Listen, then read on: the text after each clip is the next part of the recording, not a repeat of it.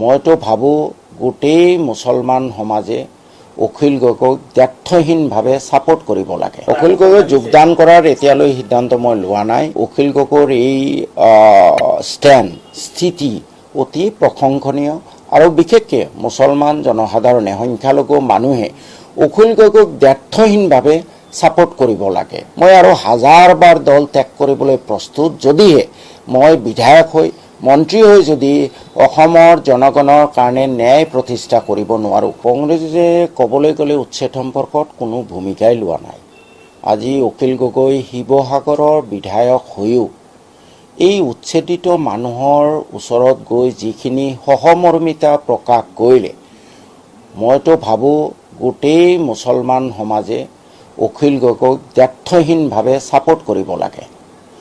আজি তাত কংগ্ৰেছৰ ৰকিবুলেই কওক বা বেলেগ কোনোবা কওক, গৈছে অখিল গগৈ যোৱাৰ পিছত, UDFও গৈছে অখিল গগৈ যোৱাৰ পিছত, আৰু অখিল গগৈয়ে সেই দুৰ্গত মানুহখিনিৰ ওচৰত থিয় দিয়াৰ পিছত যি ধৰণে তেওঁক ট্ৰল কৰা হৈছে, যি ধৰণে তেওঁক লঘু লাঞ্ছনা কৰা হৈছে, আৰু তাৰ প্ৰতিক্ৰিয়া হিচাপে অখিল গগৈ কৈছে যে লাগিলে মই বিধায়কেই নহওঁ, কিন্তু মই মানুহ হিচাপে জীয়াই থাকিব বিচাৰোঁ।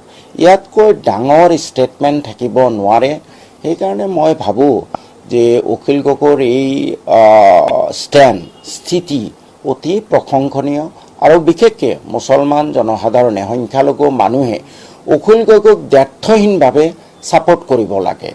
কংগ্ৰেছ বিজেপি আঁতৰিব লাগে পাৱাৰৰ পৰা, তাৰ কাৰণে হয় বিকল্পটো কংগ্ৰেছেই, কিন্তু কংগ্ৰেছে দ্ব্যৰ্থহীনভাৱে যদি মাইনৰিটি মানুহে ভোট দিয়ে, স্বত্বহীনভাৱে যদি ভোট দিয়ে, তেতিয়াহ'লে কংগ্ৰেছে যোৱা 60 বছৰ কৰি অহা ভুলবোৰেই অন্যায়বোৰেই কৰি থাকিব, তেওঁলোকে ন্যায় নকৰে। সেইকাৰণে কংগ্ৰেছৰ কাৰণে এটা প্ৰেছাৰ গ্ৰুপ থাকিব লাগে। মই ভাবোঁ অখিল গগৈয়ে ধুবুৰীত গৈ এই মানুহখিনিৰ ওচৰত থিয় দি যি মানৱীয় গুণ প্ৰকাশ কৰিছে, মই ভাবোঁ অখিল গগৈৰ ৰাইজৰ দল কংগ্ৰেছৰ কাৰণে এটা প্ৰেছাৰ গ্ৰুপ হ'ব। মই আগতেই ক'লোঁ যে মই ৰাজনীতি কৰাটো মোৰ প্ৰধান লক্ষ্য নহয়। বহুতেই সমালোচনা কৰে, তেওঁ দল ত্যাগ কৰে। মই আৰু হাজাৰবাৰ দল ত্যাগ কৰিবলৈ প্ৰস্তুত, যদিহে মই বিধায়ক হৈ মন্ত্ৰী হৈ যদি অসমৰ জনগণৰ কাৰণে ন্যায় প্ৰতিষ্ঠা কৰিব নোৱাৰোঁ।